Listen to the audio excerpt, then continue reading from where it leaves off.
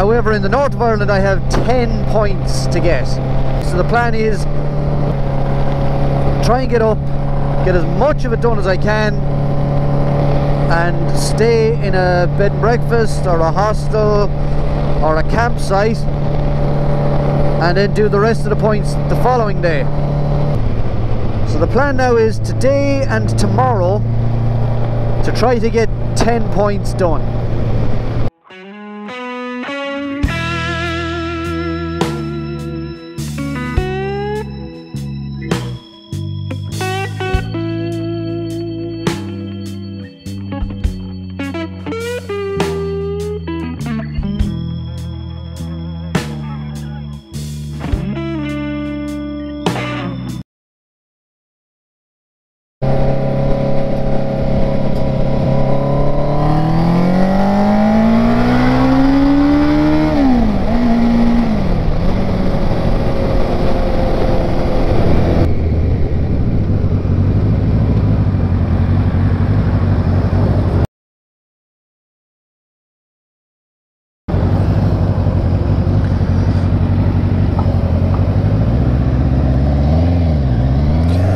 There's a smell, a horrible smell. I really hope it's not off my bike.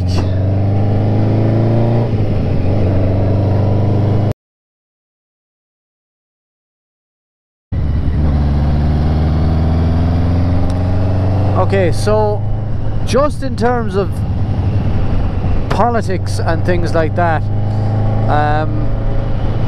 oh, that's lovely. We've just come through the town of Carland. Kiln, not sure how to pronounce it, C-A-L-E-D-O-N. And as I crossed over a little bridge or a stream there or something, I don't know what I crossed, Google Maps in my ear went boodle-up.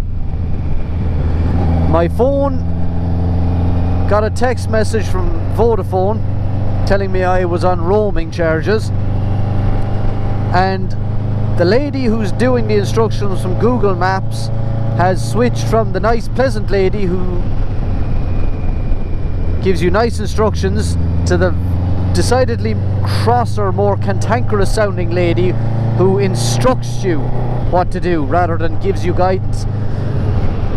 My point about all of this is the change of voice on Google Maps, a text message from my Vodafone provider, and a boodle-up are the only indications that I have crossed the border. This is what the backstop is about in the Brexit negotiations that are going on at the moment. In the event of a no-deal Brexit, without any backstop provisions, I would have had to stop back there for a border check. There would have had to have been Gardaí on one side or police from the PSNI, Police Service of Northern Ireland, on the other side, but somebody would have had to check my passport crossing that little bridge. What I've just done is what the Good Friday Agreement is built on, and what is the great thing about the peace process and the Good Friday Agreement, and why it is crucial that the backstop is provided, that there cannot be a hard border on the island of Ireland, is because if you want to travel from Northern Ireland to the Republic of Ireland, or from the Republic of Ireland to Northern Ireland, you can do it like that. You cross the line, it's like it's not even there. In the event of a no-deal Brexit, that all comes crashing to an end, and that's just me on a bike crossing over a line on a map. If I happen to be driving a heavy goods vehicle loaded with goods, I don't know, beef or electrical components or anything for trade going north or south, I have to be stopped, my papers have to be checked, and my cargo has to be checked. It's going to be chaos. Anyway, there's the little political rant over. It's just so clear from doing this, like, that you can drive over this line on a map with the absolute minimum of fuss. It's one of the lasting legacies and the greatest things to come from the peace process, is that the line no longer matters in a way that it used to. But if there's a no-deal Brexit and England crash out of the EU without making provisions for a backstop and without honouring the terms of the Good Friday Agreement, that line becomes very important again in so many ways.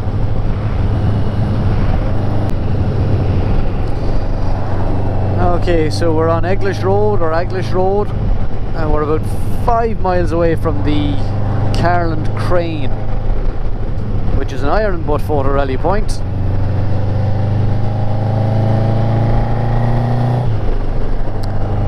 And it's a crane that was used in the quarrying of cut stone in this area.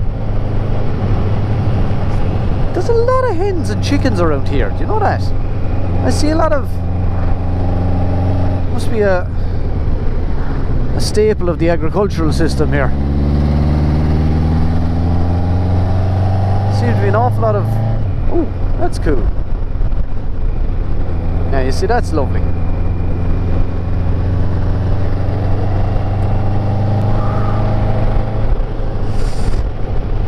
Now, as I said, I don't know much about this.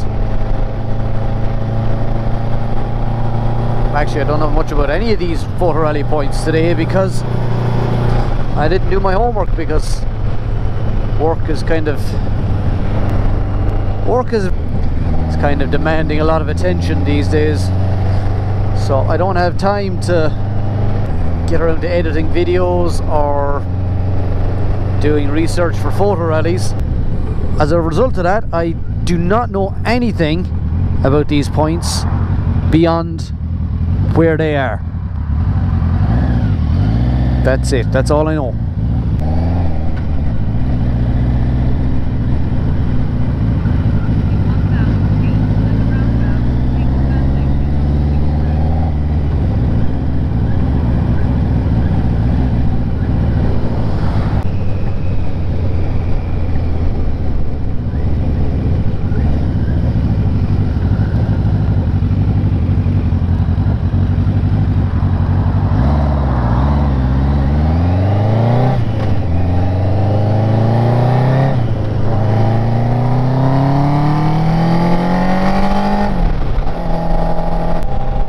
There it is.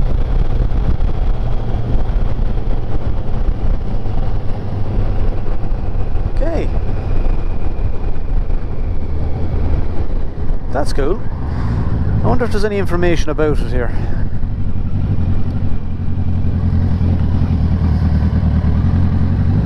Ah, there it is. Now, I shall hold that up like that. No, a little further now, because you don't want to put your side stand down into a manhole.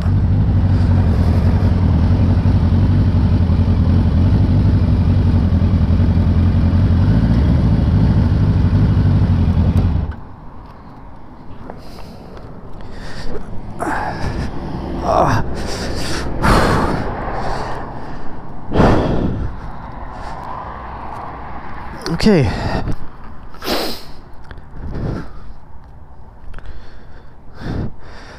The history of working stone in Carland area goes back well over 1,000 years, but the story begins a lot further back at the last ice age. Jesus, do we need to go back that far? 8th century quarrying, for example, 1800s. Quarrying in Carland to become an organised industry with 2 working quarries. Quarrying was a difficult occupation, and raising a stone in the Carland quarries was particularly difficult, as the beds of sandstone were dipping at a considerable angle, in some cases as much as 41 degrees.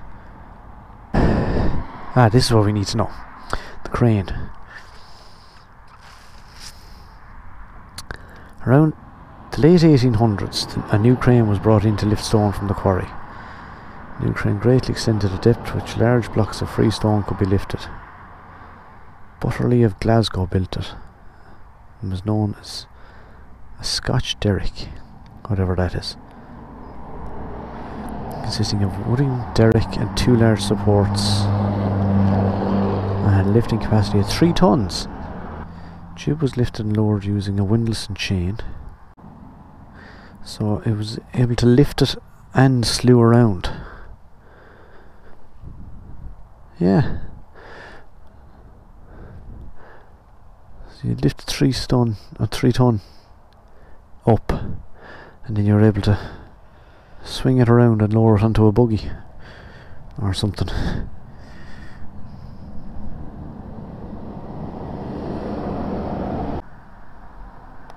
That's cool. It was bought by the scrap merchants when the quarry closed, but the local people refused to give them access to the quarry to take it out, so it stayed there until 2014 when it was restored and put on the present site. That's class. It's a serious piece of kit.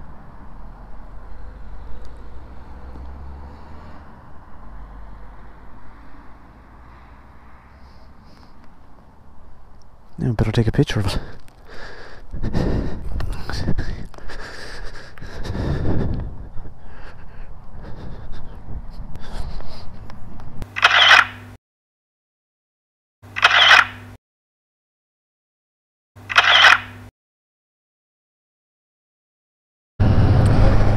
So that was the Carland quarry crane, which was kind of cool.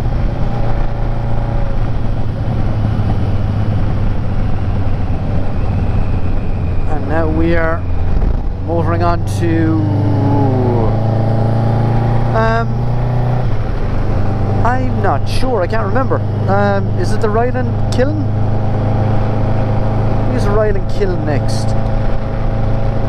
So we're kind of heading in a kind of a northwest direction now, aiming for Donegal. I think it's the Rylagh Kiln, followed by the Garvey Hall. The Rylagh Kiln, the one that we're going to next, is 40 minutes away. All I really know about it is that it's a kiln, much like the Anstown kiln that you would have seen in the other videos earlier on. So you probably don't need me to go over, re-explain what a kiln is, or limestone, what a lime kiln is, because I've already explained it fairly comprehensively in the last video about the Anstown kiln. But basically, quick rehash is that you take limestone and you burn it and it produces lime, and lime is used, actually, if the camera had been running, there was a field back there in the main road where they were spreading lime, which is to sweeten the soil, as they say. It's to reduce the acidity in the soil. And what you do is you basically burn limestone, heat it up, burns off the impurities, and leaves you with a lime clay kind of powder type thing. And that's what this next point is. It's a place where you burned limestone to create lime.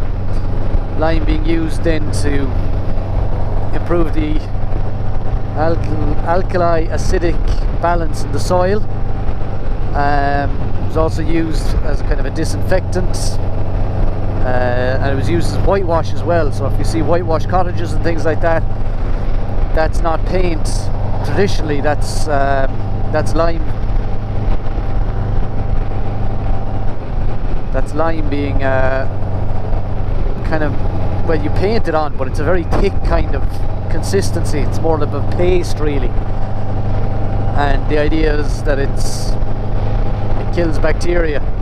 It was used in animal houses and things to make sure to stop the spread of disease amongst animals. But anyway, If you want more information about what a lime kiln is or why they existed, go and check out my other video on the Anstown lime kiln. This limestone kiln dates from 1801, and as far as I know, local groups have restored it, maintained it, and they use it for kind of meeting points and events, and they have little concerts and things there and performances. So it's kind of cool. I'm looking forward to seeing it now because it looks nice. Somewhere in Fermanagh.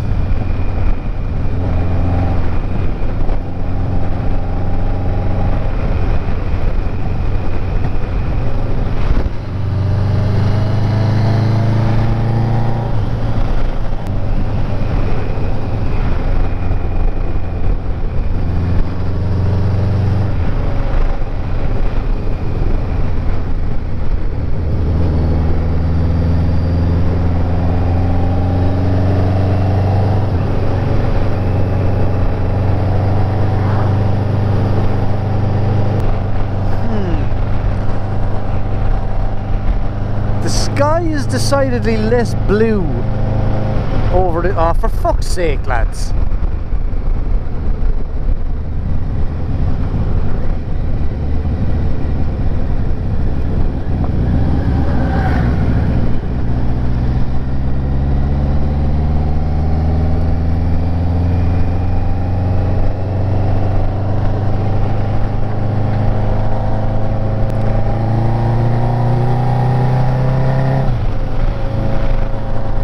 Now, as I was saying, where are my blue skies gone that I had this morning? Why does it look dull and dark and grey over the area generally where I'm hoping to be putting up a tent tonight?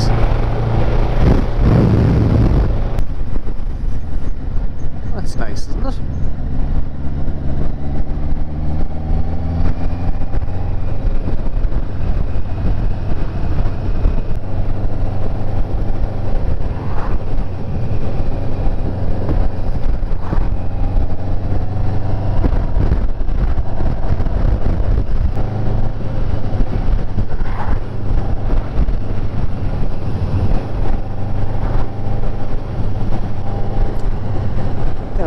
Just settle in here behind this lad.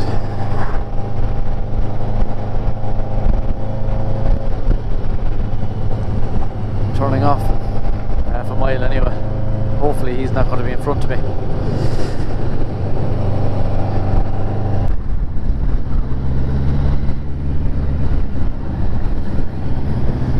I think we're going right up here, which is actually straight on, but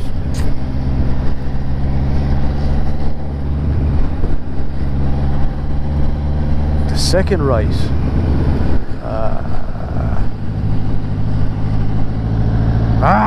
Missed it.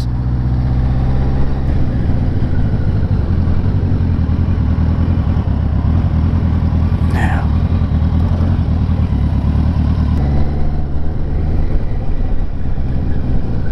Second right. Where was the first one like?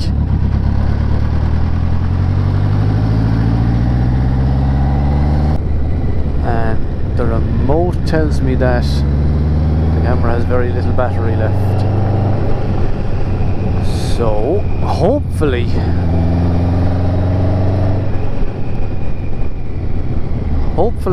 it'll stay functioning so that you get to see the approach to this thing. Failing that, I'll switch out the batteries when I get there and start a new clip. This is very nice, isn't it? Very picturesque. Rural. Apologies for whatever footage is like last footage, because I just had to clean off the camera because I'm stuck behind that cement lorry on that last road. Kind of destroyed my bike basically.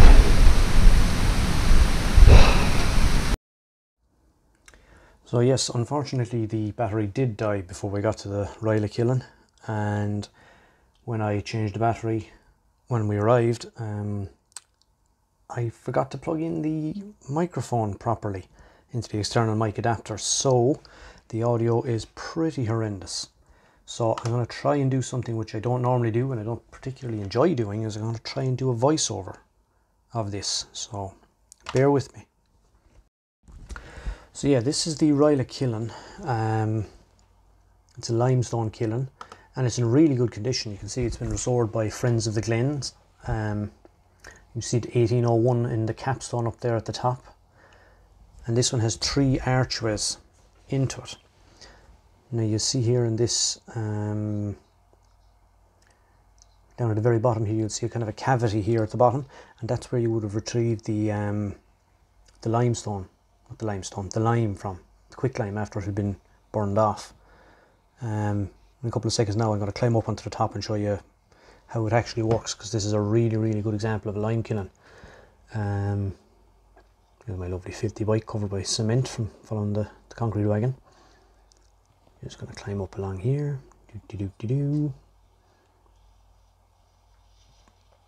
Honestly, the things I go through to try and produce this high quality content for you people.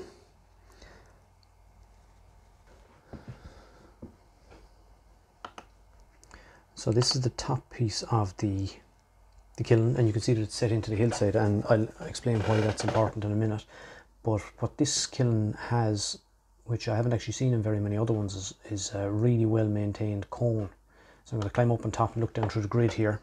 It's obviously there to stop people falling into it, but that's a really good example of the internal structure of a kiln. What you would do is you'd fill it with limestone and some combustible material, and another layer of limestone, another layer of combustible material, and then it would be lit by the stokers.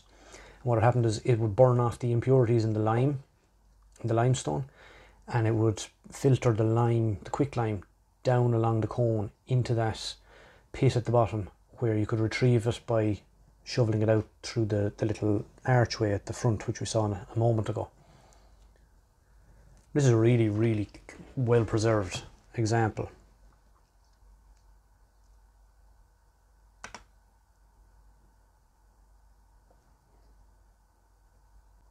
Now you can see where I'm walking down here to get back down to the road. This is a feature of lime kilns being set into the hill, is that this little hillway up here would have been used by a donkey and cart or a pony and tramp or something to bring the raw materials, the limestone, up to the top, because you have to load the limestone into the top of the cone of the kiln.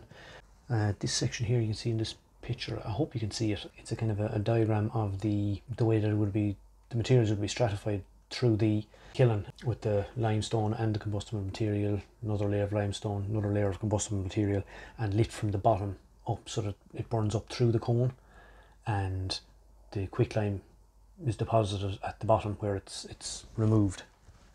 So that's it for the Rylagh Kiln. The next stop is the Garvey Hall. Anyway, we lived there for today. Thanks for watching, guys. Apologies for the voiceover. I really do not like doing these voiceover things. I'm really not good at them, and I know I sound incredibly boring when I do them, but such is life. Anyway, good luck. We'll see you in the next one.